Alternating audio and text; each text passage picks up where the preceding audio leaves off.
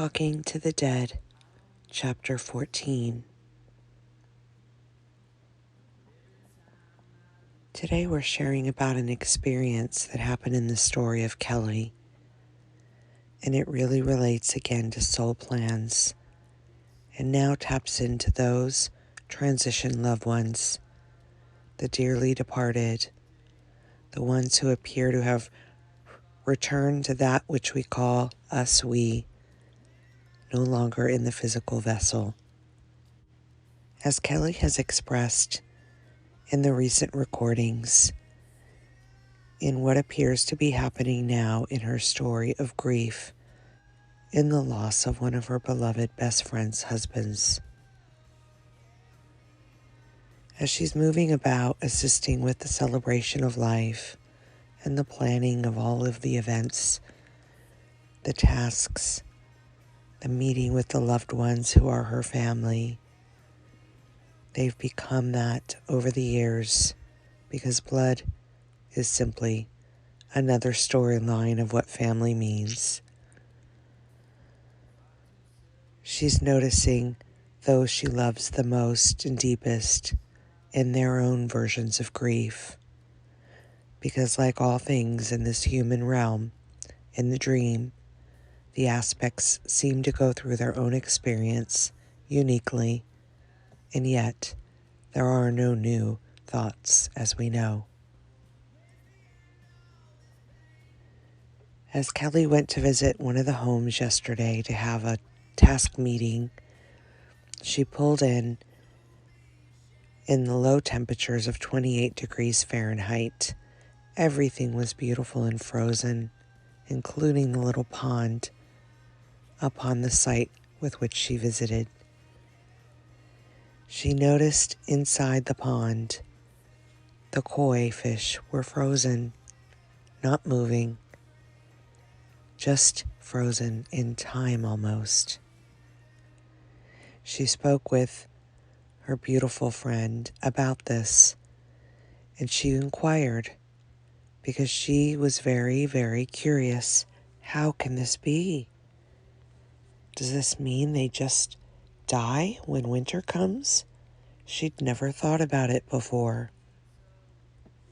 So the beautiful friend explained in their own way what the koi fish do. They said they really didn't understand it themselves, but they were also intrigued with how each spring the fish just seemed to resume back to life. This stuck with Kelly all day. As she moved about, it hit her heart. She couldn't let it go.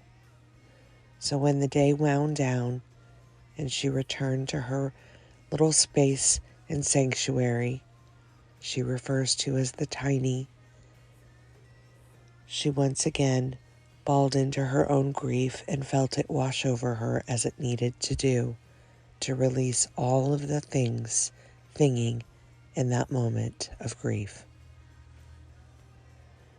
Within that space, she was reminded to remember, look up the koi fish.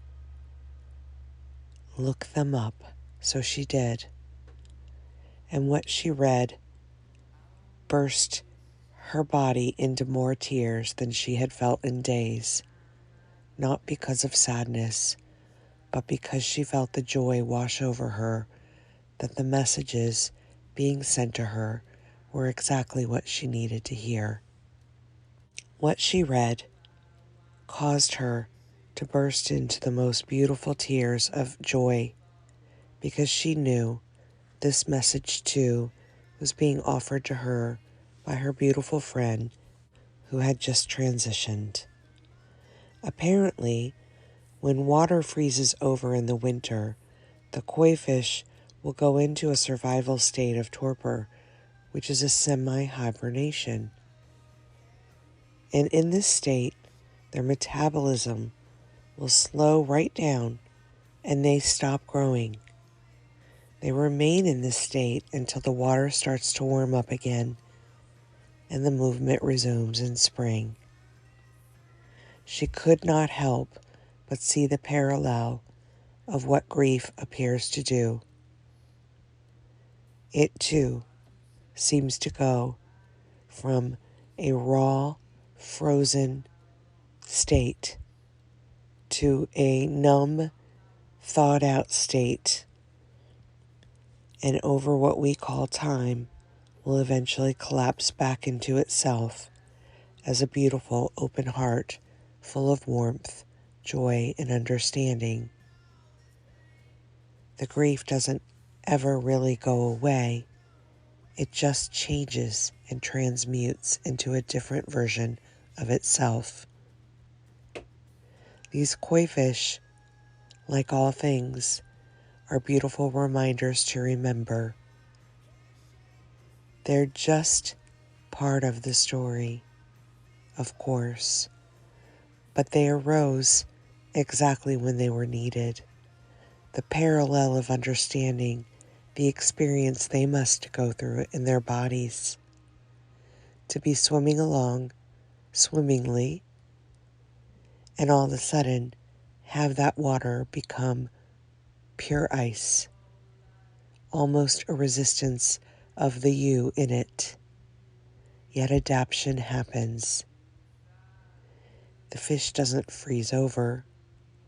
It's slowed down, delicately held by life, by nature, by the way it is created for adaptability. How beautiful is this? How significant and profound. So as she carried through the day, really letting this absorb her and letting her grief do what it needed to do, she began to sit and work on another video she was editing around control. And she wanted the perfect song, so she asked her guidance team to bring that to her and through her, as she always does. In came Xavier Rudd's song, Follow the Sun. The lyrics touched her heart. The imagery opened it even deeper.